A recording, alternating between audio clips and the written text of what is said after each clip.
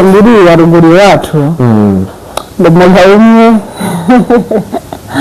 ngo bari mu nyene bahunga ngo afata ibintu byose byo mu nzu byose kabisa ngo arabyikorera ngo bagenda ngo bageze nyine bageze nka kure noneho barababwira ngo ikibazo cyarangiye icari kibiteye gituma bahunga kirarangiye wa muntu aratura amara gutura gusira kandi kwishiraho amuzigo biranga nabo bawusesha nk'abantu ngabatanga ofete iyo example Tanzania urumva ni ukuvuga iki baravuze ngo nanje amakuru nayumvishijeho kabisa ndetse je n'uwo muntu ndamuzi awari yumve nawe kwa yumve ko stress yari yagize stress ni ukuvuga iki bakora ikintu nigeze kumva bavuga ko umunyeshuri yari muri etage baramubwira ko afashe diplome kubera umunezero yaragize arasimba ava kuri etage yamenye ko ari kuri etage urumva ibintu byose ni ikintu navuze ngo stress iterwa n'ibintu byiza tukome iterwa n'ibintu bibi gusa abantu nyine baseka baba bameze neza barabyibuka utwaye uvuga turimo kuma guca hariya rero nabonye niyo canira hari ngo kudakeye wamuvuga butumwa buriya nubwo abantu barekipeye kariya kantu bakakavugaho cyane ariko umugabo nyine nti yarakeye Kayini nti yarakeye Kayini na Pahoro urabwira Kayini ngo kudakeye nubwo batahuye bo ariko urumva ko nawe bahuye mu buryo bw'umwuka urumva ko ico yamuvuga butumwa yavugaga ni ukuvuga ko nyine Kayini nti yarakeye Kayini nti yari kaseka kudakeye Kayini kufite ikibazo abantu ni muce abantu ni museke kwirinda stress abantu ni basome ni bidetambere bagira umwanya wo kugira ngo bace guseka kwishima umuti w'ibibazo byinshi w'indwara nyinshi naho kwigunga agahinda kunama ibintu byo bifite ibindi bintu byangiriza cyane ingaruka ku buzima bwacu ariko abantu bose bagende bace abagabo museke abadamu museke abana museke fata umwanya wo gusoma ibintu bizima byiza bibubaka musome za Bibiliya kandi Bibiliya iyisoma zikubwira ubuzima bwose kakubwira uko ugomba kwifata musome n'ibindi bitabo nabyo bigomba kubafasha mu buzima musome ibinyamakuru mumenye aho isi igeze ibyo bizabafasha ese ntibamenye aho isi igeze ko bazaba bagiye kwitera stress buriya ikintu cyose ahubwo ni uko utagira amakuru umuntu ufite amakuru buriya ibintu byose biza bimworohera kuko afite amakuru ariko ikibazo ni ukubura amakuru kumenya uko isi imeze yihaye tujana Shalom shalom inshuti zacu bavandimwe babyeyi bacu turabasuhuje aho muherereye tubifuriza ibihe byiza mukomeze muvubwe neza mukomeze mubone Imana tunashima uburyo mugenda mutugaragariza urukundo mutwereka urukundo mudushigikira Imana ibaduhera umugisha turabashimiye cyane turagarutse turi kumwe n'umutumirwa wacu wa buri gihe hano kuri channel yacu SPC ba official turamukunda cyane kuko azaduha amasomo meza afatika yubaka abantu yubaka imitima y'abantu rero muhawe kaze kugira ngo muze tubane kandi twumve ibimurimo twumve amasomo agiye kuduha kugira ngo adufashe twese mutumirwa wacu turakwakiriye cyane murakoze cyane wisange aha ni hahandi kenshi ukunze kuburi turakwiyegereje murakoze ku ikaze ryawe yego mumeze neza turashima Imana ndabona akazuba k'Ibujumbura gakomeje kwaka ku bwinshi kabyutse kaka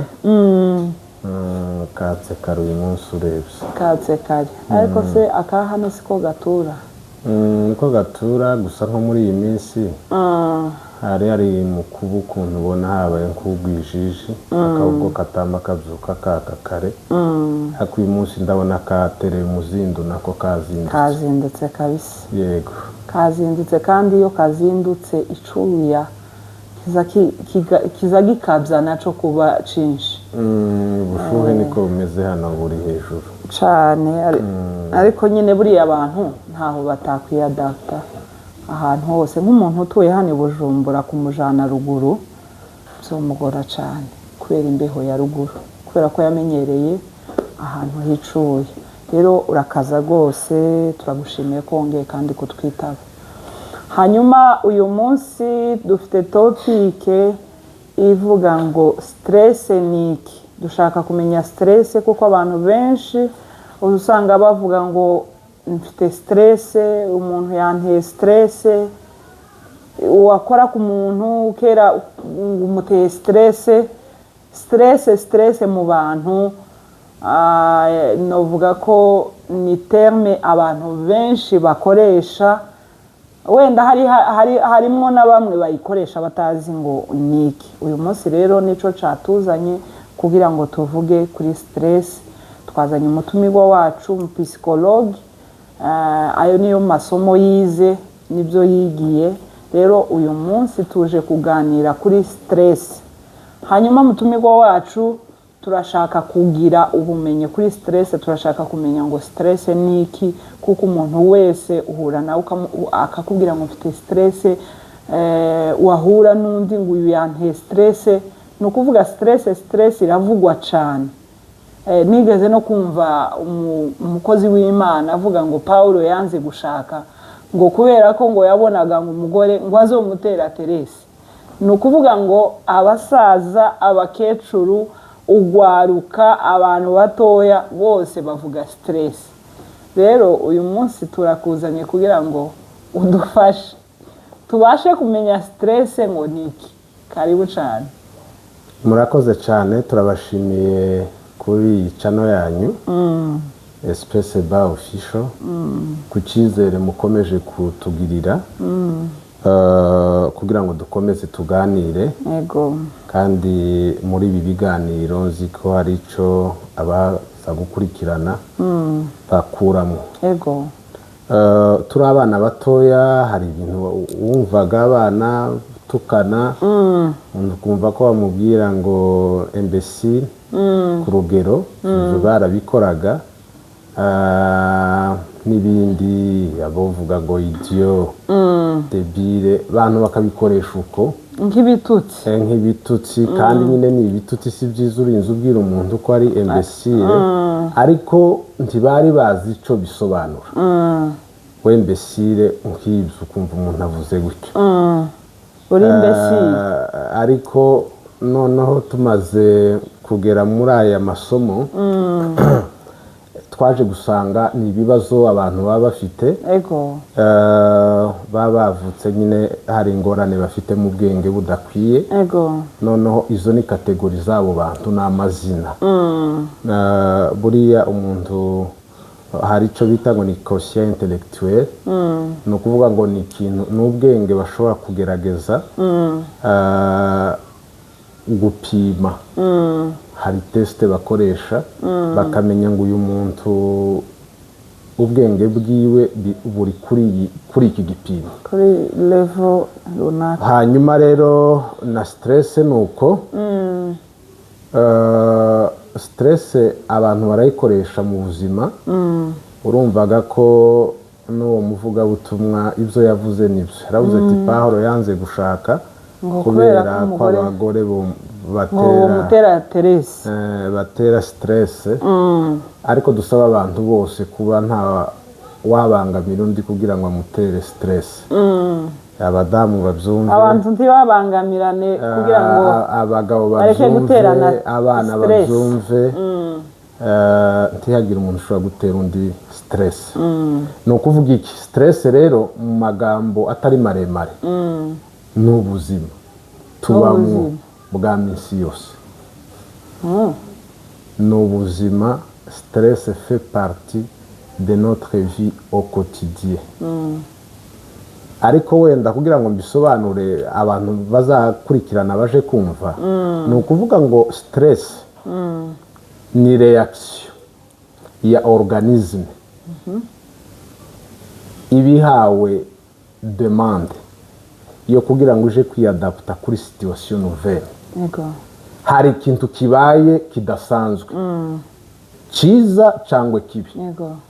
Ico gihe noneho umubiri w'umuntu uhita uhabaga icyifuzo cyo kuvuga ngo hano hari ingorane,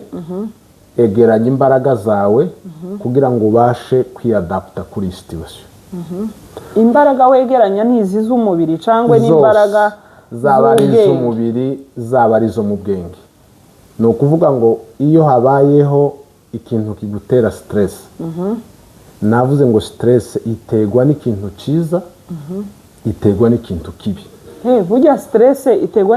n'ikintu cyiza cyo gutera stress. Kirayitera cyane. Urugero dufate umuntu ari mu kazi. Rero mbere ndushake tutaragira ko agafite umuntu abonye promotion, abonye akazi yari umushomeri. Wa munezero wo kwishimira ka kazi abonye biramutera stress. Umunezero uramutera stress neza cyane. Umuntu ashobora kwishima akarira. Ibyo urabizi? Ndabizi. Umuntu ashobora kwishima akarira. Umuntu ashobora kwishima akagira insomni, tasinzira. Kubera ko umunezero wamurenze. Yagize umunezero mwinshi. Ni ukuvuga ngo ni ikintu cyose umuntu aba agize kije. Cya kintu rero kuko utakimenyereye. Ari amasituwasiyo plezante meza y'ubuzima. Tuvuze akazi. Akazi urakabonye. Kubera ukabonye wari umushomeri birakunezeza, ariko muri wa munezero bituma utanasinzira, bize guteramo ibindi bintu bya stress, kuko ugeze mu bundi buzima utarumenyereye. Umunyeshuri abonye diplome, erega hari umuntu bubwira n'amakuru akikanga cyangwa agakora ikintu. Nigeze kumva bavuga ko umunyeshuri yari muri etage, baramubwira ko afashe diplome, kubera umunezero yaragize arasimba. Ava kuri etage arasimba. Ntiyamenye ko ari kuri etage. Urumva ibintu byose ni ikintu navuze ngo stress iterwa n'ibintu byiza, tukome iterwa n'ibintu bibi. Gusa iterwa n'ibintu byiza rero ifite dire yayo ndende. Ani naho binatandukaniye. Ni ukuvuga ngo iyo ari stress positif, bon stress itewe n'ikintu cyiza, umuntu agiye gutegura ubukwe aragira stress. Ubuzima ugiye kujamo, wari umukobwa, urumva ugiye guhindura stati maritale. Icyo gihe rero kuribaza ngo ese ubuzima narimbayemo iwacu ngiye kuja iw'abandi, ngiye kubana n'undi muntu, ese ameze gute, tuzobana gute, ese ndi amezire yo guhagarara nkaba umudamu mu rugo ngashobora ibyo abandi badamu bakora. Kwitegura nubwo biba bikumereye neza ubishaka, ariko deja biragutera stress. Kandi iyo stress ikibiviza si ikindi,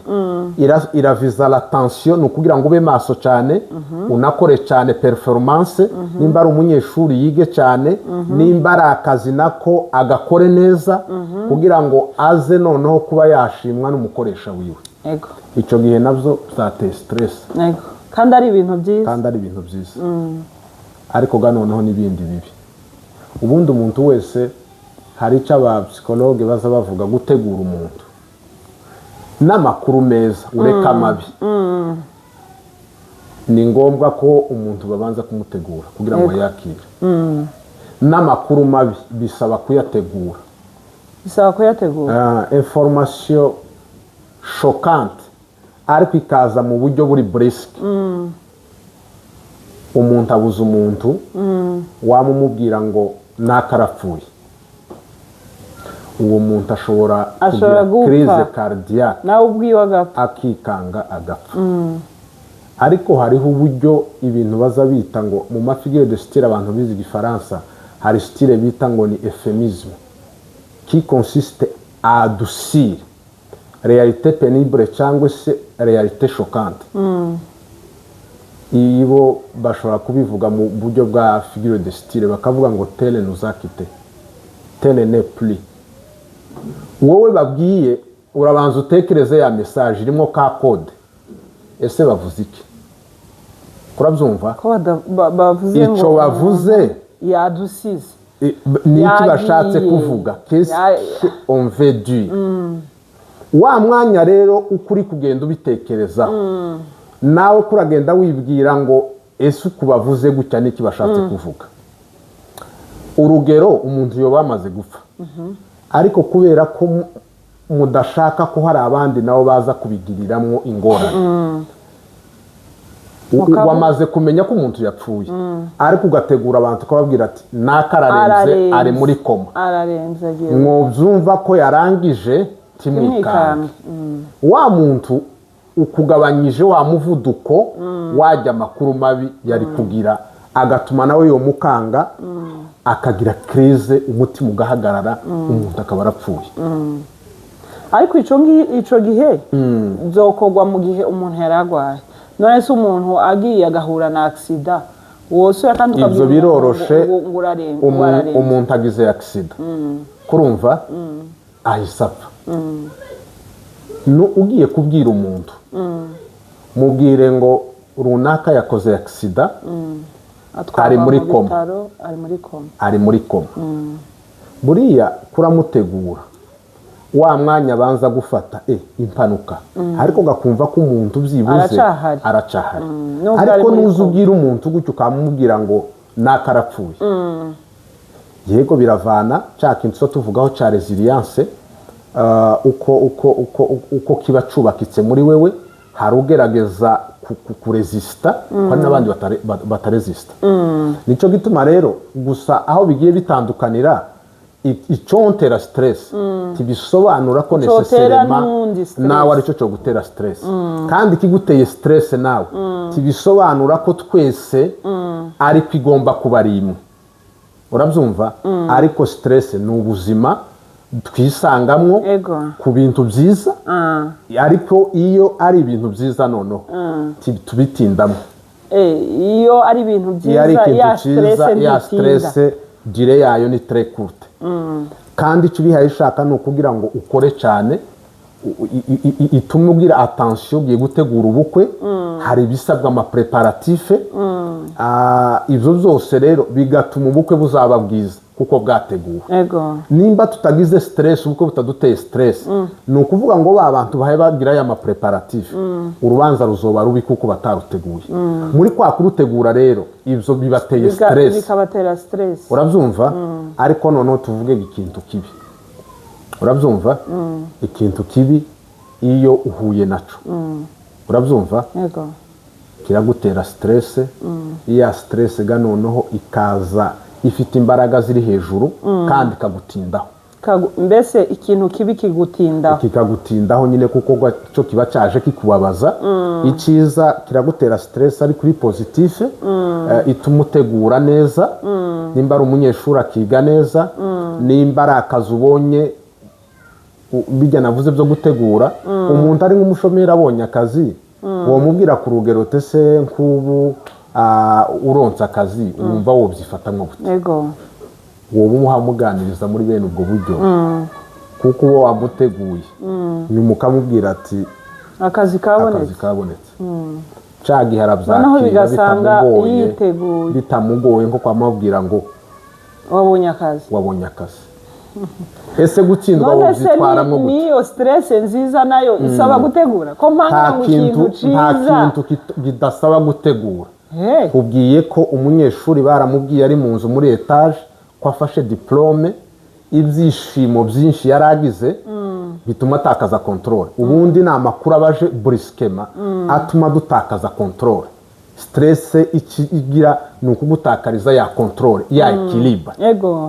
arasinze ntamenye ko ari no kuri etage arapfuye kandi yararonse diplome. Ibyo byose rero ni ukuvuga ngo stress ni muri ubwo buryo. Turaza kubivugana amafaze yayo ikiranga nuko abantu bo kwitwara, ariko wumve ko stress ni ubuzima. Igihe gusa wovuga ngo tubayeho nta stress ni umuntu wapfuye utariho, cyangwa ni wa muntu nawe mu bwenge nyine utazi ibintu uko bimeze, uwo ni utogira stress n'utakiriho. Ariko umuntu muzima wese stress fait partie de la vie quotidienne. Ubuzima tubamo bugizwe na stress. None se ikiranga stress ni iki cyo twereka ngo uyu muntu afite stress kubera ko ameze gutya? Ni ibihe bintu biranga stress? Ama reaction y'umuntu wabaye stress aba mu buryo bubiri. Harari physiologique, urabyumva, ibi bireba umubiri, le corps, ariko hari n'andari psychologique. Duhere ko ari physiologique y'umubiri. Ni ukuvuga ngo iyo umubiri ni uzi percevoir le menace, le danger, le défi. Iyo umaze rero kumenya ko umuntu hariya umubiri organisme imenye ko hariho ni menace, uhita ufata zijya sinyo ukaziramvoya muri cerveau. Ya makuru umubiri ubonye urayafashe, aya maso yarebye ni nka kamera yafotoye yohereje muri cerveau, arayibwiye ngo dore hari ikibazo. Urumva rero turaza kuvugamo faze uko biza bigenda, ariko reka tubanze tuvuge kuri izo sinyo wari uvuze. Ico gihe rero ya makuru ageze muri organisme irahita itegura bya bindi twise les hormones cyangwa les neurotransmetteurs. Ico bita adrenaline. Ni hormone ibibaye secrete kandi iba ico ikora cyane. Ni ukubwira umubiri ko habaye ikibazo, none rero menya uko wifata muri iki kibazo. Ibyo kuko kera bibaye biranatera ubwoba n'ibindi. Umuntu aramatangira kugira ico bita palpitation cardiaque. Palpitation cardiaque. Umutima utangira cyane. Le battement du cœur mu buryo buri accéléré. Ico ni ikintu cya mbere. Mbese ikintu cya mbere uvuze ni uko umutima utera cyane. Umutima ugomba gutera byihuse. Ico ni ikimenyetso cya mbere ko umuntu yagize stress. Urabyumva? Kuko umubiri wamaze kubona danger, wohereza za sinyo muri cerveau. Cerveau nayo itangiye gukora. Adrenaline deja ibaye active. Nimba ibaye active kweretse ko ubwoba hari ikibazo noneho kigiye kukubaho. Umutima uratera wihuse. Ico ni icya mbere. Icya kabiri, umuntu agira ico bita la sécheresse buccale. Ushobora kwama wuma ijya salivation mu kanwa igashira. Ariko aho ni mu gihe stress ari ya yindi negative. Twavuze ko byose n'ibindi bishobora yaba ari ijya positif, yaba ari negatif. Différence ibaho. Différence, c'est vrai, intensité hari gihitaresha, kandi twavuze ko bitandukanye ku bantu. Ikindi ni dire. Stress positif ntizitwara umwanya. Ushobora kuba umunsi umwe cyangwa ibiri igatambuka. Ariko byose iyo umuntu ari stressé, ibintu byose bishobora kuba zasinya bihaye bimushikira. Urabyumva? Nta makuru meza, ariko kubera ko nayo kuyajera bishatse kukugora, urahita wumva ko ubonye ikintu kidasanzwe, cyiza cyangwa kibi. Ico gihe umuntu aragira izo ngorane za sécheresse. Mu kanwa kumva yumye, akumva no kuvuga bikaba byomunanira. Ikigira gatatu hari ico bita irritabilité, ni ukurakara. Umuntu ashobora kurakazwa n'ubusa kubera ko afite ya stress. Ikindi gikurikiraho, umuntu ahita atakaza cya kindi bita ngo ni concentration kubera stress. bituma wenda concentration y'umuntu igabanuka akabajita umuntu akumva ko hari icyo bazahita bita ngo ni hyper vigilance umuntu agahita yumva ko il est sur le qui vive bya bintu bimubujije amahoro biratuma vraiment menace yumva ko yazamutse bimutere kuba yaba maso attention donc yaba éveillé cyane kubera ko nyine ari mu bihe bidasanzwe hari abahita bagira ingorane za insomni kudasinzira yego yaba ari stress positif yaba ari stress negatif ibyo byose bishobora guteza umuntu insomni bishobora guteza umuntu icyo bita nari mvuze ngo hariho insomni iyiraje noneho ijya insomni itumye udasinzira hashobora kuzamo ibibazo by'umutwe hashobora kuzamo ibibazo bya gastrite esitomika kujya ubwo ni uburyo buri physiologique noneho tugaruke mu buryo buri psychologique hajemo ubwoba ikintu cy'ubwoba hajemo anxiety hari icyo bita angoisse na anxiety angoisse ni igihe umuntu agira ubwoba ariko bufite ikibuteye kigaragara naho muri anxiety umuntu aba yumva abuze amahoro ariko atamenya ikihaye kiyamubuza kumva gusa ntumerewe neza birashika umuntu akabyuka umunsi umwe akamabyuka akabyuka atameze neza afite ubwoba gusa nuko tuza tubimenya tubizi ariko nibwo ubuzima dutuyemo ibyo bishobora guteza ibyo bita ngo ni amafobi ubwoba umuntu agatinya ahantu umuntu akaba yotinya kwinjira muri shambure yiwe amenyereye umuntu akaba yotinya kugenda ahantu kubera nimba hari nk'umwijima tusohoka ngo agere hanze aje kuri botike ukumva ko idwa sefere accompagner asaba amuherekeza aho hari igihe bitera ibyo bita ngo ni amatrouble de verification umuntu agakinga nk'umuryango akagenda akaja muri shambure kuryama yamara gushika hariya akibwira ko atakinze agasubira akabyuka akaza agasanga umwango urakinze yashikiriya iwe amakuru serve ikamubwira ngo umuryango ntukinze burya yamaze kugira mwito bibazo birimo za ayo anxiety za trouble de verification biratuma umuntu ararakinga kandi yakinze ngibyo ibibazo rero uko biba bimeze wenda ibindi twaba tugiyemo ni ukumenya ngo ese amafaze yayo ni ayahe biza bigenda sawa urakoze cyane n'ubundi reka uhita ubwira ko utubwira amafaze ya stress tuyamenye murakoze faze za stress ni zitatu hari icyo bita alarme iyo niyo faze ya mbere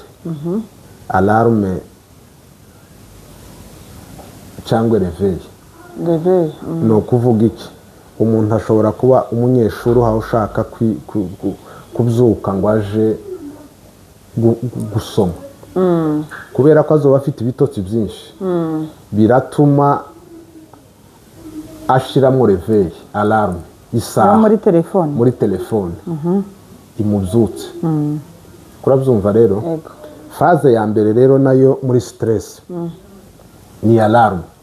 ni ikintu gikuweveye kiri mu muntu ni ukuvuga ngo umubiri ukora icyo bita mobilisation de l'énergie ni ukukubwira ngo nijya reaction ya mbere umuntu agira iyo habaye ikintu cyoba kimusitresheje reaction ya mbere kurira nimba ari ukurira cyangwa kuneza ikintu cyose cyoza yego cyoza bujya ubaye stress iyo niyo faze ya mbere bita ngo ni faze d'alarme kandi ibiha yegeranya imbaraga z'umubiri kugira ngo zize kugira icyo ziza gukora kuko twavuze ngo stress ni reaction ya organisme face à une demande de s'adapter à une situation nouvelle ubundi n'ubwenge icyo bita ubwenge ni iki ubwenge ni capacité qui nous permet de nous adapter à des situations nouvelles ugeze mu kintu kidasanzwe ubwenge rero icyo bugomba kugufasha ni ukwiyadapta no kuba udasanzwe nawe urabyumva none se ubonye danje baravuze ngo hano yaye danje ubwenge icyo bugufasha burakubwira ngo hunga iruke ko nuhagarara yaye danje twavuze ko abana nibo batabizi kubera ko nyine ntibazi kwanaliza kwevaliwa danje wowe kurakimenya ngo iki ni ikintu urabibona n'ahantu henshi hari ahantu bagenda berekana amapankarte berekana ata ahantu hari danje bagashiraho udusinyo tubyerekana baba babwiye umuntu ngo nugera ahantu ku mihanda n'ahandi aho hariho nk'aya amatravo iyo bari amatravo ahantu ho bahambukira abantu ariko n'ibindi wenda ahantu bavuga ati wenda hari ibintu byinshi bakunda gukoresha nk'igihe igihugu kivuye mu ntambara hari icyo bita ngo na ma reste des anges reste des anges explositif reste des anges explositif ni ukuvuga iki kubera intambara abaye ahantu hatakaye nk'amabombe cyangwa amagrenade urumva rero icyo gihe baba bahaye babikora bagomba gutanga donc ikintu cyerekana ko hano hantu iyaye danje bakahashyira akantu kabwira abantu ngo aha hantu mube maso kuko mushobora guhura na danje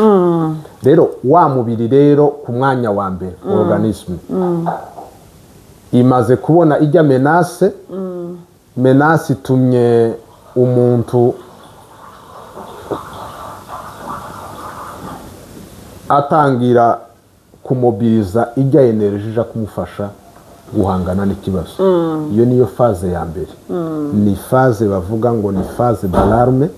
ariyo première réaction mutazagira faze ya kabiri rero ni faze bita faze ya resistance ni ukugerageza rero guhangana n'ikibazo kiba kibaye umubiri buriya dufite energie de reserve umubiri hari ibyo ubitse birimo amagrese birimo isukari ni ibintu bidufasha kugira ngo tutaja kuba épuisé ijya energie yacu hari aho ibitse muri organisme icyo gihe rero hari indi hormone bita ngo ni cortisol iyo hormone nayo izihita itanga isukari kurumva reka nkubwire ko habe n'ibi ngibi ubona by'abantu bagwaye za diabete stress mu kintu cya mbere izikora ni ukuzamura isukari mbese ni ukuvuga ngo bari abantu bagwaye umurwayi wa diabete zatewe na stress nayo ubwayo yoyitera simvuze ko stress ari itera diabete ariko nayo ni imwe mu mpamvu ziyitera icyo nari nkubwiye rero kuri wa wundi uyisanganywe rero iyo abaye stress isukari irazamuka mu buryo burenze kumva kubera iki hari hormone rero ishinzwe gutanga ijya energy izamura isukari le cortisol ni hormone ishinzwe kongera le glucose kurumva mu mubiri w'umuntu le graisse bya bintu byose biza gutuma ugira za mbaraga zo guhangana n'ikibazo icyo gihe rero ubaye ufite ibibazo byo kuba urwaye diabete ukagira noneho ikintu kigustress isukari iramizamuka irengiriye iyo organisme rero ibihaye igwana niya phase de resistance noneho irikaguma yongera ijya glucose izi mbaraga zituma umuntu ahangana bigatuma n'isukari izamuka isukari izamuka umudiabetike mu kintu abantu bagomba kwirinda nawe bagomba kumurinda ni stress kuko iyo agize stress habe niyo bamutera iriya insuline isukari ntibaparvena kuyistabiliza ni ukuvuga ngo umubiri wacu ushobora kuba ufite nka rwa rubanza twavuze ubukwe hari ikintu kihaye gituma ukora umubiri wonyine ukaribera imbaraga zidasanzwe utokoresha zitari imbaraga zawe kubera ko ufite ikibazo. Nicyo gituma iyo ureba abantu barushe cyane bakoze nyuma y'uko ikibazo gitambutse niho baruha bakagwara umuruho. Ni ukuvuga ngo umubiri wakoresheje imbaraga zirenze kuko wari mu kibazo warahanganye urahagarara bituma utumvaga n'umuruho ukiri mu rubanza ntuzuru. Unyibukije akantu,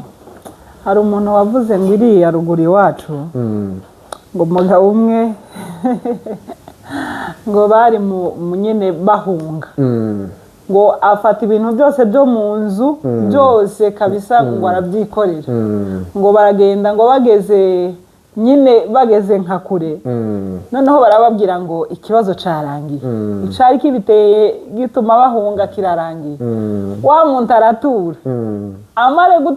gusura kandi kwishiraho wa muzigo biranga ndara ngo bawusesha ari nk'abantu nka batanu. Ofete iyo example utanze niyo urumva ni ukuvuga iki? Baravuze ngo nanje mu makuru nayumvishijeho kabisa ndetse njewe n'uwo muntu ndamuzi aho ari yumve ko ni stress yari yagize stress. Ni ukuvuga iki? Noneho iyo stress baravuze ngo abanzi barateye ngo bamare kuvuga ngo abanzi barateye noneho umubiri watanze yamasinyo muri servo usabye imbaraga mobilisation de l'énergie za hormone bita za cortisol zirakoze zimuhaye imbaraga zitari ziwe. Urabyumva yikoreye ibintu byose byo mu nzu arahunze. Kumbe nawe wari warabimenye. Jewe n'uyu wacu sinzi ukuntu we wabimenye atari uwiwanyu jewe n'uwo mu karere. Hanyuma rero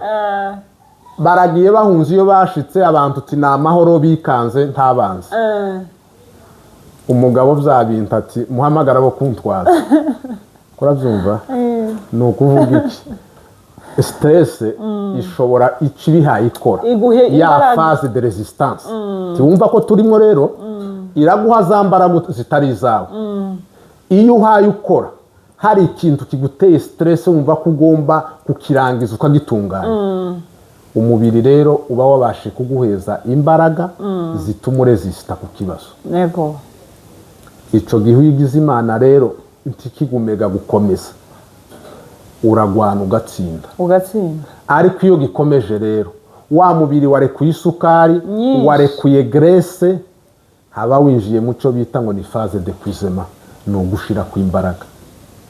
Kwa gushira ku imbaraga iyo kubaye mu masinya mwe nari nibagiwe abantu batangira gufata bino bintu byose byajya ama substance psychoactive. Umuntu akaba yomwa urumogi kugira ngo rumwongere imbaraga. Umuntu akaba yomwa drogue yariyo yose, abamwe itabi bakarimwa, abamwe inzoga bakazimwa kubera iki? Umubiri nta mbaraga ugifite zo kwigwanirira. Ariko se n'abari basanzwe batabimwa bo bimwa kubera gushaka izo mbaraga. Bo ofete abantu benshi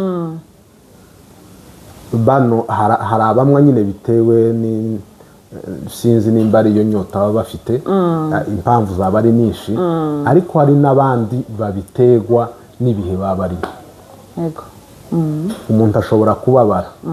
kubera ko ubu bwenga bufite butuma aguma gutekereza akigira inama akavuga ngo reka afate ikintu gituma yiyibagiza. Yego akakimwa nyuma y'umwanya muto cyangwa nyuma y'umunsi umwe cya kintu kandi kikagaruka cyagaruka kongera dose. Tubona abantu badasinzira barafata turiya tunini twitwa amasomnifere dutera ibitotsi, hanyuma ikibazo kiza kubamo ufata kanini umunsi wa mbere ugasinzira, wamara gusinzira kuko cya kibazo ntaho cyagiye kigasubira kikakomanga kikagaruka. noneho ukongeramo doze kurabyumva kandi burya ni kuhagenda wiyica wenyine organisme kuragenda uyiranda kuba faible uzageraho uba depanda utosinzira kandi na bya bindi ubikora multiple amadoze ikibazo ntikihaye kibatrete wewe gusa kuragwana na sinye ariko ikibazo kiri quelque part wagize insomni ikibazo cyaguteye insomni kigomba gukurikiranwa kikavaho bijya twavuze ngo il faut agir sur les agents stresseurs bya bintu iyo bivuyeho wosinzira ariko bikiriho abantu bakomeza biha biriya bintu bakibwira ngo niyo solution nyamara ntabwo ariho haba hari solution imbaraga izazishira muri iyo phase ya gatatu ya resistance hatangiye ijya alarme ihaye kueveya hazaho noneho iriya ya kabiri yo kuresista umubiri wonyine wongera zijya glucose kugira ngo ubone za mbaraga zitumuhangana ikibazo n'imbaga kitarangiye rero noneho bavuze ngo phase ya gatatu ni phase ya gatatu ni phase d'épuisement no kuba épuisé no kurangira kw'imbaraga zigashira ico gihe noneho bihita bigutera ingwara na depression yinjiramo ico bita ngo na état de stress post traumatique tuzaza kuyavuga cyangwa se mu jambo ry'icyongereza ibyo bita ngo na PTSD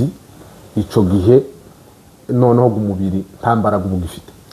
wananiwe wabaye épuisé niho abantu batangira rero gufata ibintu biriya by'ubuyoza bwenge kugira ngo ntibatekereze cyangwa ibongerere imbaraga urakoze cyane none nk'aba bantu uhura n'umuntu akakubwira ngo mfite stress buriya aba yaciye muri ayo ma etape yose ayo mafaze yose aba yarimo twavuze ko phase ni zitatu hariho phase ya mbere twavuze ngo ni phase d'alarme nizi kubwira ibihaye immobilize imbaraga phase ya kabiri ni ya resistance bizoshoboka kuba muri phase ya mbere ni ya kabiri kibazo kigakemuka niko bimeze ni ukuvuga ngo umuntu wese wagize stress si ngombwa ngo ace muri ayo mafaze yose ni ukuvuga iki harimo ikintu kijya twavuze umubiri ubwiwa amakuru umubiri utanze ingufu uhanganye n'ikibazo bishobora gukemuka utarabaye kuze ariko kandi ku bandi noneho iyo gacanze gukemuka kimujana muri iriya gatatu phase ya nyuma d'épuisement ugasanga imbaraga zarangiye umubiri ntiwo ukiriya mezire yo kugira ngo uje gufesinga cya kibazo rero bivana n'abantu bivana na stress harimo kijya cyane aussi de résilience ko abantu bitwara ariko ibifasha umuntu afite stress hari bigomba gufasha kugira ngo ya stress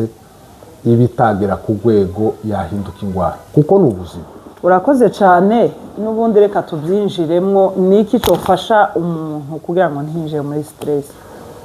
ntabe stress uburyo bwo gufasha umuntu wenda mu buryo bw'amaprevention hari biza bikogwa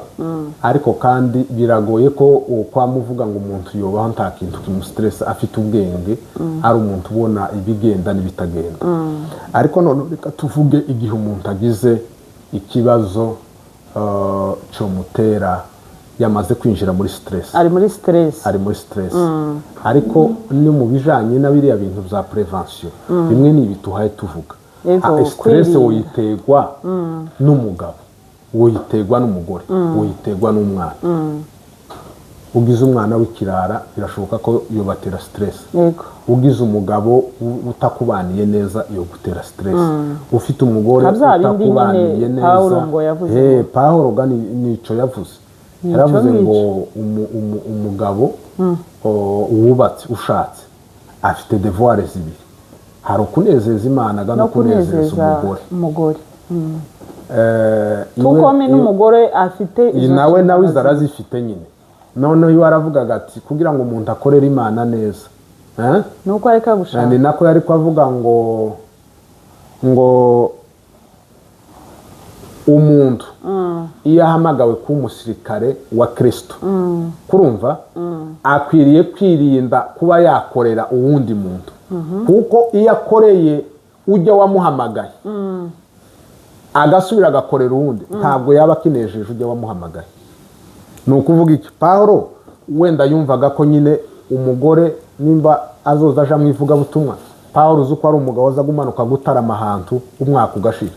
cyangwa n'itatu ico gihe gwa rugo gwasigaye hariya kurumva ko hari ibibazo bigomba kuba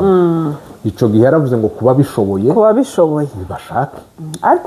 ariko yigeze avuga ako kantu ka stress Pawulo yarakavuze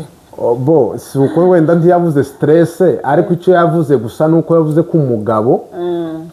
afite kunezeza Imana akanezeza n'umugore muri bijya bisaba ko rero imiryango yacu imererwa neza bwa bwitange dukora nibwo buturoza muri stress nashaka batarabivuze gutyo ariko wumva mu yandi magambo muri sense figure uriya mupasiteri buriya yari yahishuriwe urumva nyine nuko atarayizi cyane nyine yayise Terese ariko mu by'ukuri yaravuze gati Pawulo icyatumye adashaka yirinze ko wa mugore yozo umugore hari umugore wobangamira umugabo ari umuvugabutumwa hari umugabo wobangamira umugore ari umuvugabutumwa akavuga ntaho ugenda ibyo byose rero nibyo gabyizo kera turisanzega muri bya bindi by'ama stress nari mvuze ngo mu buryo bwa prevention umuntu wese akwiriye kubana n'undi amahoro yego niko bibiri dusaba mugira umwete wo kwezwa n'uwo kubana n'abantu bose amahoro kuko utejeje utazabona umwami Imana abadamu bahe badukurikira abagabo bahe badukurikira abana bahe badukurikira umuntu wese nagerageze mu ruhande rwawe ntaje kuba ikibazo atanga amahoro utere stress ureke gutera umuntu stress kurabyumva icyo ni icambere kindi kigira kabiri noneho stress hari gihe uyiterwa n'ikintu kitari umuntu ico gagihe naco gifite gestion yacu cya kintu naco umuntu hari ibyo asabwa gukora kugira ngo abashe kudepasa ya etape narimvuze rero mu buryo bwa prevention icambere nico ikigira kabiri dufate nk'abantu bafite akazi bakora akazi kagomba gukorerwa kuri biro ntigataha imuhira akazi kagomba gukorerwa kuri biro ntigataha imuhira tuje imuhira gukorera imuhira kurabyumva tuza tubikora kubera ko utuzi igihe kimwe muri monde humanitaire baza bavuga niyo bari mu marekritema bakavuga ngo mu makritere bagomba gushiraho ngo nuko ugomba kubura umuntu qui doit travailler sous pression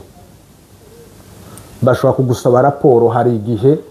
ushobora kubyuka kuko muri za Gmail mu telefone wobyuka gucya saa 8 ugasanga bagusabye raporo ija ukamutangira gukora kurabyumva ariko mukuri guhari akazi ni gakoregwe muri biro arangirire muri biro nibiba ngombwa iyi mashini sinitahane nisigiriye mu rugo nze mbumubyeyi mbane n'umuryango neza apana ibintu byo kuvuga ngo niriwe mu kazi paye nkora ndasubiye ndabitahanyije hano ndi muhira ntangiye gukora ico gihe ako kazi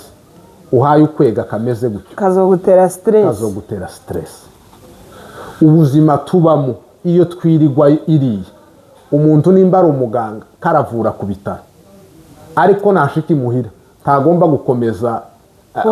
kuvurira imuhira kurabyumva abagwayi nibamusange mu bitaro ku masaha yiwe ateganijwe turuhuke iyo tutaruhuye ubu bwonko bwacu tukaguma tubukoresha nakubwiye ngo nizijya energy umubiri urabitwemerera kurumva uraguha imbaraga kuko nico wasabye ariko za mbaraga iyo ziya zigutwara ko zirakujana muri epuiseme umuntu azageraho aba expire imbaraga zigashira mu byo kwirinda ni byinshi reka tube tugarutse aho ngaho turanabivuga hari urakoze cyane unakoze no ku ijambo ry'Imana rivuga ngo mu ruhande rwacu twige kubana n'abantu bose amahoro uko ubishoboye ubanira abantu bose amahoro tubatere stress ni ibintu kandi nabo ntibagutere stress nabo ntibayigutere none se abantu bamaze kubyumvikanaho umugabo ntayitera umugore n'umugore ntayimutere n'abana nabo ntitubatere stress nabo ntibazidutere uko hari ibintu byinshi dusimbutse ibindi bisigaye by'ubuzima hirya twohangana nabyo ariko nitugira ibyo mu muryango hano ubwacu twenyine tubeleza ja stresseur umugabo ahindukire umugore n'abana na ja stresseur umugore ahindukire abana n'umugabo na ja stresseur abana bahindukire ababyeyi les ja stresseur umuturanye zitahe zihushuka kurumva twavuze ko stress iriya nziza positive igira igihe kigufi kandi bihaye tusaba kugira ngo tube éveillé idusaba attention idusaba ko tugira la performance ibyo rero narimvuze muri cadre ya prevention ariko mu buryo bwo kwifasha umuntu ico yofashwa yamaze kugira stress ikintu ca mbere umuntu akwiriye kugira mu buryo bwa gestion ya stress kujera stress ikintu ca mbere nuko ukwiriye kuyimenya kurumva ni identification mbere yuko ukemura ikibazo nuko umenya ko gihari nuko umenya ko gihari ikibazo iyo utarakimenya n'abaganga iyo bahaye bavura indwara diagnostique bapojeje bagasanga kiri kubereka indwara ntacyo bavura d'abord c'est l'identification du stress ukamenya ngo ese ibi bibazo ndi mu kugira ni ibijanye n'iki izi ngorane mfite hari abayigwaye gato batazi ko bayigwaye ukamenya aho gituruka suruse yayo icambere ni identification noneho iyo identifiye ko ufite ikibazo umenya n'ibigitera bijya bigitera rero abantu bakabikorera kurabyumva yego akazi wiriwemo bijya twari tuvuze kuva 8h gushika 17h usubira ukazana imuhira hakurumva ko wowe uzabaho mu bituma n'abantu bapfa mu buryo bwihuse ibyo birimo hanyuma rero nyuma ya identification hazamo ikindi kintu kigira kabiri ni ukubona umwanya wo gusinzira kubona umwanya wo kuruhuka ugasinzira ukaruhutsa ubwonko ukaruhutsa umubiri uwo ni umuti gusinzira d'abord twavuze ngo kumenya ikibazo nikigitera kamenya ko ufite stress ibyo wabivaho none ukamenya ibyayiteye mukabikorera kugira ngo bihave kigira kabiri umuntu agomba kuruhuka gasinzira wiriwe mu kazi wiriwe mu bintu byinshi uratashe woge uje muri salo n'umuryango uvugane mwirelax umererwe neza nibiba ngombwa nimba bishoboka ku mugoroba ushobora gusohoka mukaja n'ahantu kwidetandre kuri plage cyangwa n'ahandi hantu heza ico gihe iyo mubayaho muri bene ubwo buzima bifasha ubwonko kumererwa neza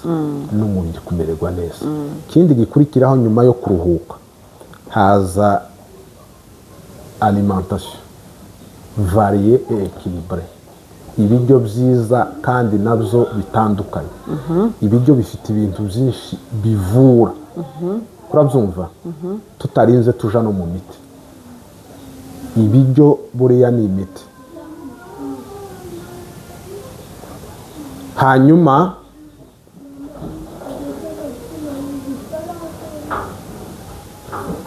ico narimvuze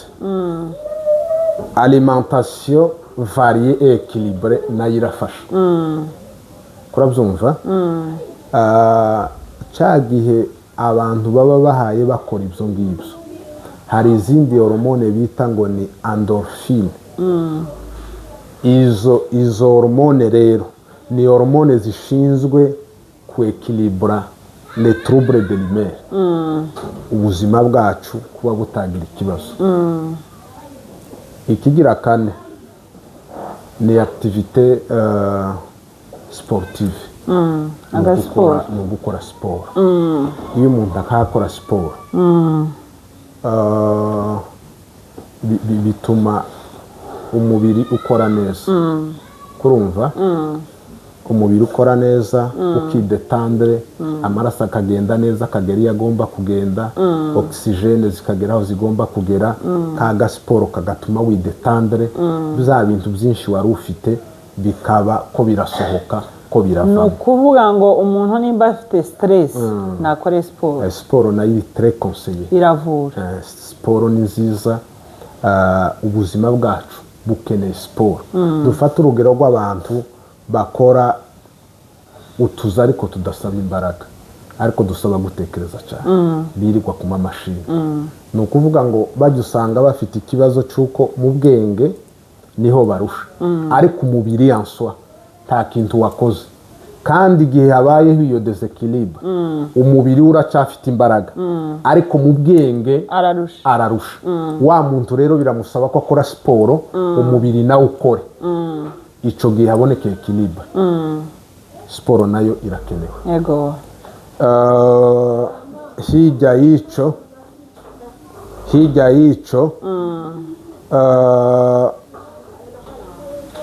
hirya y'icyo hazamo ikindi kintu twari tuvuze ngo tuvuye muri siporo hazamo ikintu cyo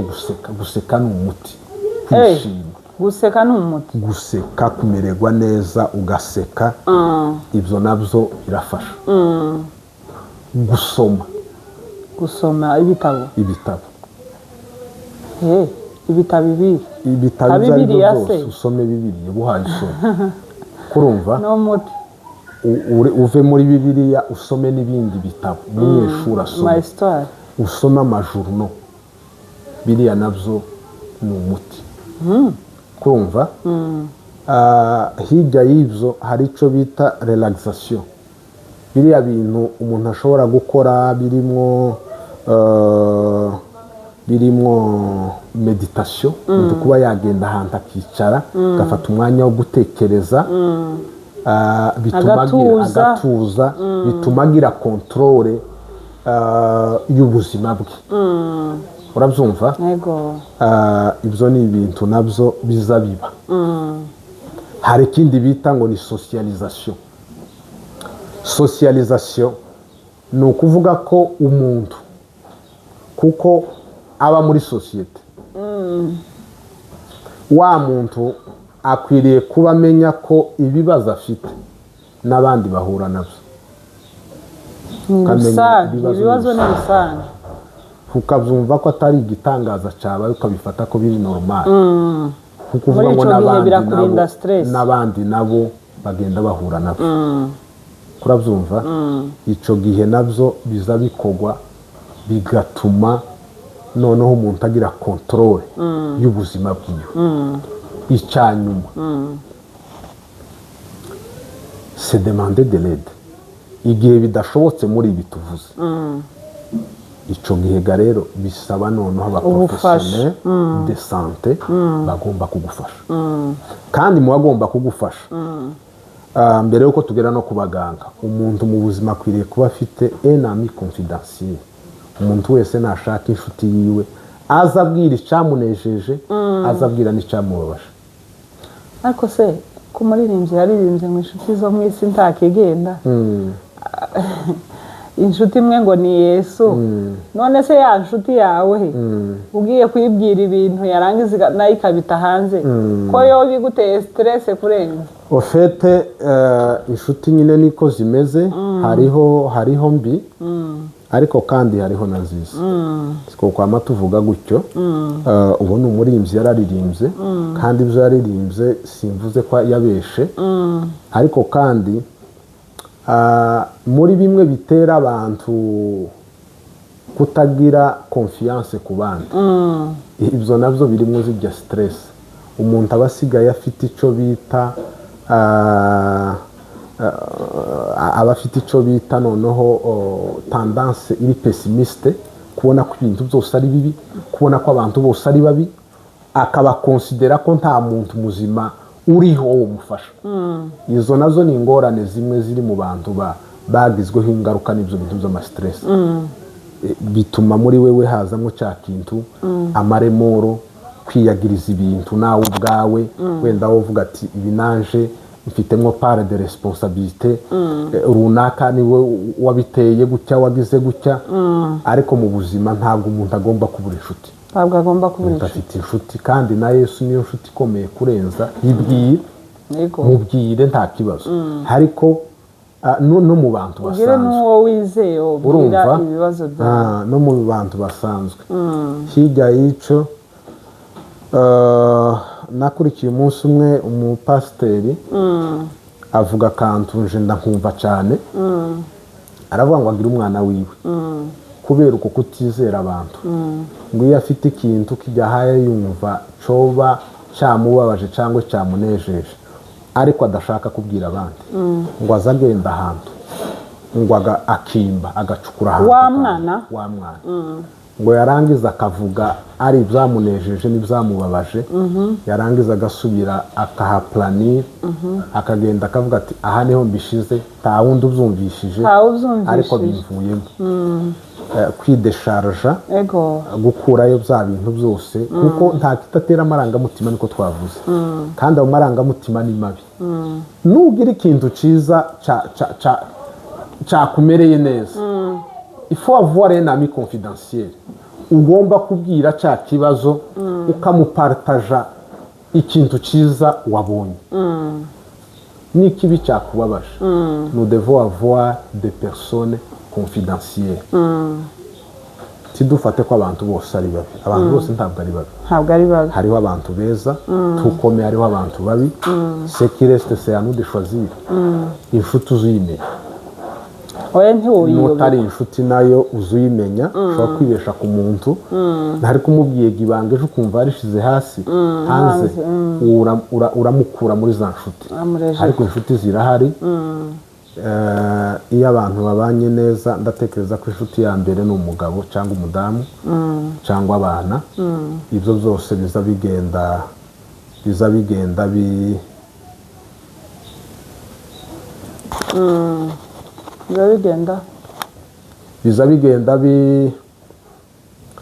nari mvuze ngo inshuti nziza iyo nta bibazo byabaye ni uguhera kububakanye, umugabo n'umugore no mu bana. Ibindi ga rero ibyo iyo ubonye naho udahafite abantu bizera, ni wowe uziga mu bandi bantu ushobora kubona kuba ufite umuntu ubwira ikibazo akagufasha, bigatuma iyo uvuze bya bintu byari ku mutima. Kuko navuze ngo amakuru yose naho aba ari meza, ugatinya kuba wayabwira abantu, hari impamvu zotuma udashaka kuyavuga. Shaka umuntu umwe wizewe uyabwira. Icyo gihe biragufasha kuruhuka, biragufasha kumererwa neza. Ariko iyo bitabaye uko, ni ibibazo nibyo abantu bagenda bisangamo. Ugasanga nyine umubiri waragerageje kuresisita, ariko ugeraho unanirwa, ubaye kwize. Abantu bageraho batangira kwiha ibiyobyabwenge n'ibindi. Ngiyo stress ni ubuzima, ariko wenda ndatekereza ko ibyo tuvuze abazadukurikirana bazabyumva kandi bizabafasha. N'ababumva ko hari icyo batumvishije baza bandika, baza batubwira, muza mubitubwira, mutubwire ngo cyangwa tubafashe. Cyane rwose abantu bari kudukurikirana n'abazodukurikirana, muza mutubwire ngo ibi bintu ni byiza, mubikomeze, cyangwa se ko murabyica. Byose birashoboka. Ariko nibaze ko aya masomo aba akenewe mu buzima. Aya masomo aba akenewe mu buzima. Ni kwa kundi tugenda tuvuga ngo dufite stress ariko tutazi uko twoyivura, tutazi umuti wayo, ariko turumvishije ibyo batubwiye kandi nitubipratika tukabishira muri pratique, kubera ko ari umuti bizadufasha. Hanyuma ndasa n'usubira inyuma, ubundi consequence za stress nizihe ngaruka iyo umuntu yagize stress agigwaho nizihe ngaruka zimubaho? Murakoze cyane. Ingaruka ni nyinshi. Hari iziri physique wenda somatique ariko n'izindi ziri psychique. Umuntu wagize stress icambere birateza izi ngwara z'umutima, hypertension cyangwa hypotension umutima, kuko twavuze ko iyo umuntu ayigize umwanya wa mbere umutima uhita utera nabi, kandi gutera nabi ni ukuvuga ngo haba habaye umuvuduko w'amaraso. Stress iratera diabete, kurumva. Kandi nimba itanayitera ngo niyo yonyine facteur, ariko nimba ugwaye diabete ukisanga mu bibazo bigutera stress, isukari tiboyikontorora abaganga tiboyivura. Icyo bagomba guhangana naco niyo stress kwanza. Stress igabanutse n'isukari yoja muri rythme normal. Ariko umuntu uri stress rero organisme bihaye produza ya glucose. Nuko niko umuntu agize stress itaritaweho ngo ikiri, biroroshe ko ugwara diabete, biroroshe ko ugwara umutima. Ibyo ni ibibazo bisanzwe wenda ushobora kuvuga biri somatique. Ariko noneho tuje mu buryo buri psychologique. Ibi bibazo byose twarabivuze, iyo bidatorewe umuti hakiri kare biraevoliwe, bikaza kuvamo noneho ibi twita ngo ni les pathologies en santé mentale. Umuntu wagize stress tibe maîtrise, tibe traite, tayidepase, wa muntu arahera kuco bita anxiété, bya bibazo twavuze bituma umuntu gusa atura mu buzima bw'ama inquiétude, bwo kutamererwa neza, bwo kubyuka yumva mu by'ukuri nta kintu yumva ashaka, ibintu byose bikamubera bibi. Umuntu akagira ubwoba, biri amafobi, kandi nta danger. Umuntu gusa akazagira ubwo umuntu akaba atojyama wenyine muri chambre, umuntu akaba atosohoka hanze, n'ibijya twagiye tuvuga umwijima, kuwutinya n'ibindi. Hakazamo bijya twavuze ngo ni amatrouble de verification. Umuntu akaza akarara kinga kandi agakinga akongera kandi agakinga agasura kandi akagaruka agakinga. Ibyo ngibyo ni ibintu biva aho ngaho bikaba depression, biva aho ngaho bikaba icyo bita état de stress post traumatique. Ni ukuvuga ngo ingaruka zirahari nyinshi cyane iyo umuntu yatinze iyo bya bibazo bitarangiye. Ni ukuvuga ngo hagenda havuka ibindi noneho bigatera ubugwayi nyabwo. Icyanyuma ni ibi byo gufata ibiyobyabwenge, les substances psychoactives, kubera ko umuntu aba yumva ko imbaraga zamushiranye, azageraho yiheza ariya masubstance kugira ngo umubiri yibagize ibyo byose, donc aguma atekereza biveho. Ariko kuko ikibazo kiba gihari niyo yamwe bimeze gute, iyo avuye muri rya état d'ivresse no kuba yasinze, n'ubundi azasubira iyo atekereje biza bisubira bikagaruka, noneho gasanga yagiye yongera biriya bintu kandi birica. Ni ukuvuga ngo abantu bagende birinde mu gihe bari muri stress, afite stress runaka, afite ikintu cyamuteye stress, wirinde kumwa ibiyobyabwenge ngo niho uhabyikiza, ahubwo uko ubimwa uba uri kwangiriza umubiri. Na nyuma yo kubimwa, iyo umaze kugaruka muri état normal, bihita byikuba, ahubwo bihita byikuba bya bibazo, ugasura kandi ukabitekereza bikagaruka, ugasanga noneho bibaye byinshi, kandi kurangiriza umubiri n'ibyo bintu wawe uha ufite niyo stress nayo itakoroheye. Ni ukuvuga ngo abantu bagende birinde kumwa ibiyobyabwenge ku bwa stress ahubwo bakore wa muti bababwiye umuti bawutubwiye ari wo tugenderaho oya ni ibyo ko twavuze ngo iyo bititaweho birayivuriwe bikagenda bitera ibindi bibazo umuntu yogira stress kubera ko itabaye jere bibe maîtrise hakageraho nabijya by'amayide suicidaire biza akica kwa yumva ikibazo arimo umuti wacu kukivamwe no kuvuga ngo abiyahura baba batewe na stress twaravuze ko stress iyo persist itarangiye iza yinjira igahinduka za depression kandi umuntu wamaze kudevelopa depression muri bimwe bimuranga ce sont des idées suicidaires no kwiyica kuko ikibazo ganti kiba cyakemutse aragerageza wenda shatse solution kizakunze kageraho ya decida no kwiyica kugira ngo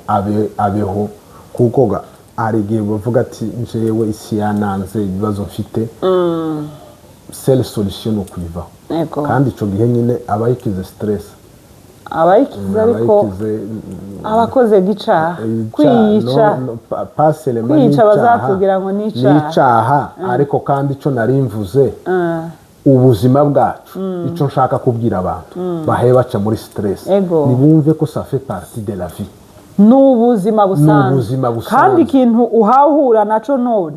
n'abandi bahuye nabyo yego nta gishasha uhawubona busanzwe kitabaye kubana ubuzima busanzwe ahantu twavuze abantu babiri batohura na stress nibajya nyine badafite ubwenge bukwiye n'uwapfuye ariko abandi bose stress duhura nazo c'est une vie rero hari ibisabwa ko abantu bitwara bigatuma tuzigabanya tukanormaliza bigahinduka bisanzwe ubuzima busanzwe ariko iyo birenze bikaja hariya abantu bagafata ibyo byose ibyo biyobyabwenge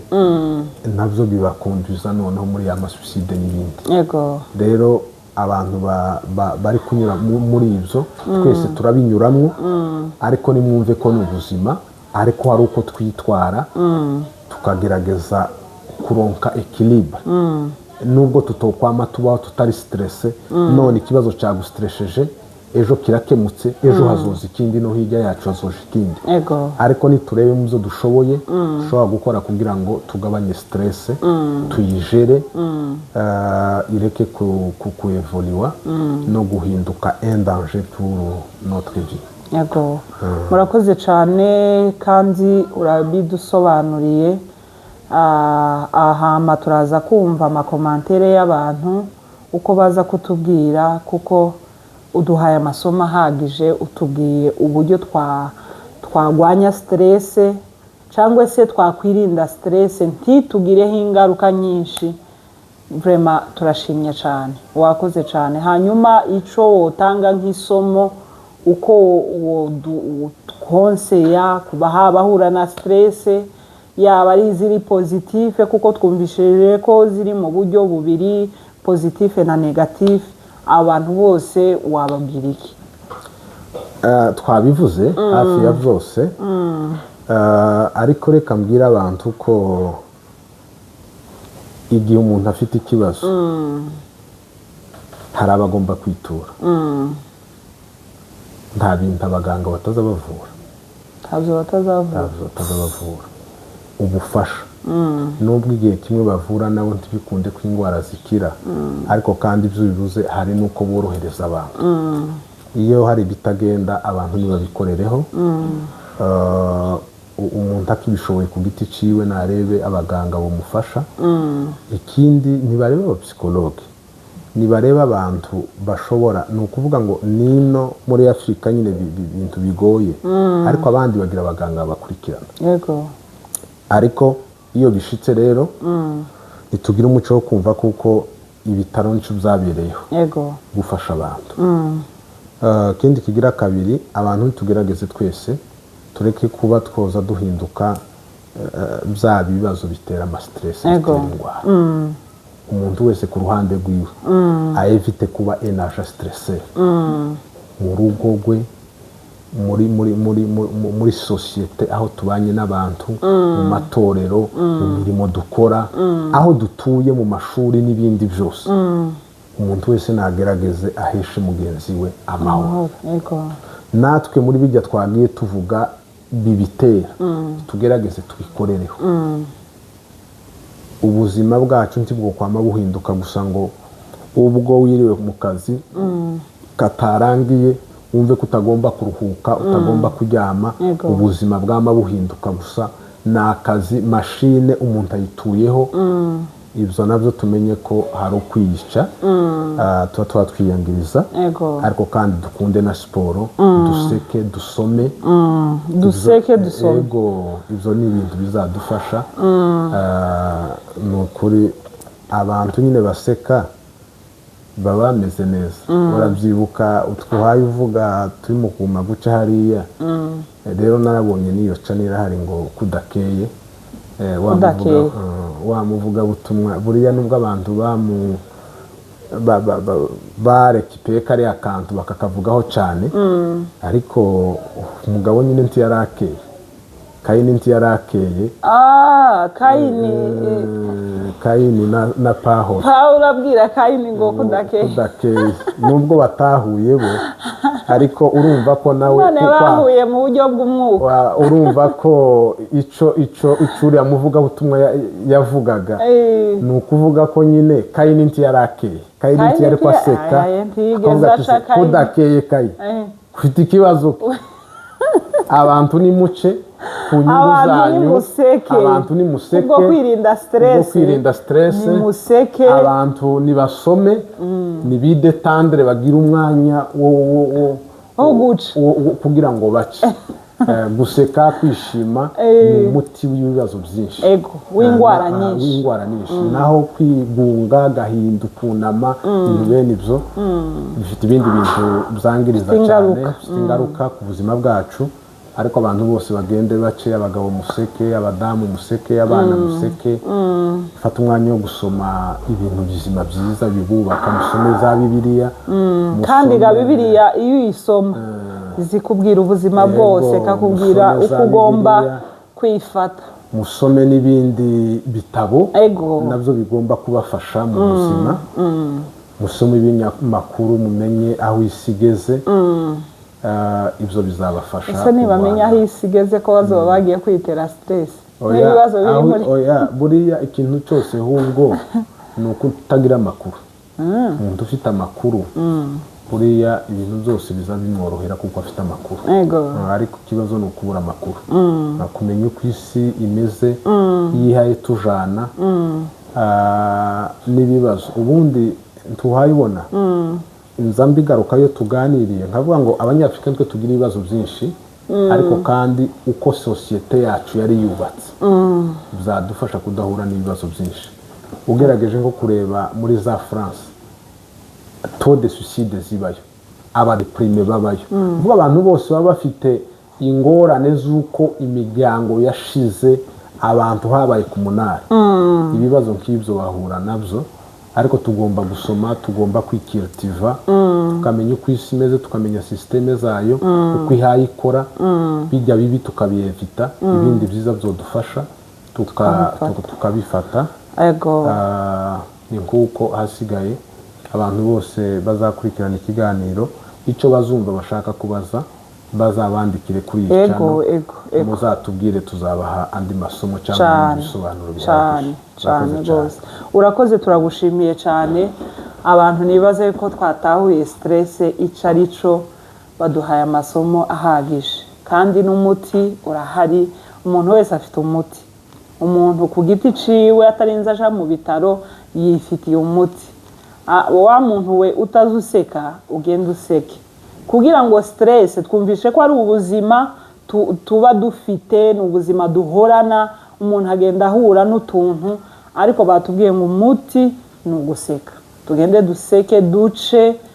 nibwo tuzaba turi kwirinda stress ikindi tugende dusome ibitabo dusome Bibiliya dusome n'ibindi bitabo byose ibyo nabyo biraza bikadufasha bikaturinda stress bikaturinda ingaruka ziterwa na stress. Rero turabashimiye cyane, dukomeje kubabwira ngo mudushigikire mu guhana ibi biganiro byacu, nibyo bizaduha amakuraje yo kuguma kumva ko tugomba kuguma kubikora. Rero turabashimiye cyane, murakoze, mugire ibihe byiza. Ciao ciao.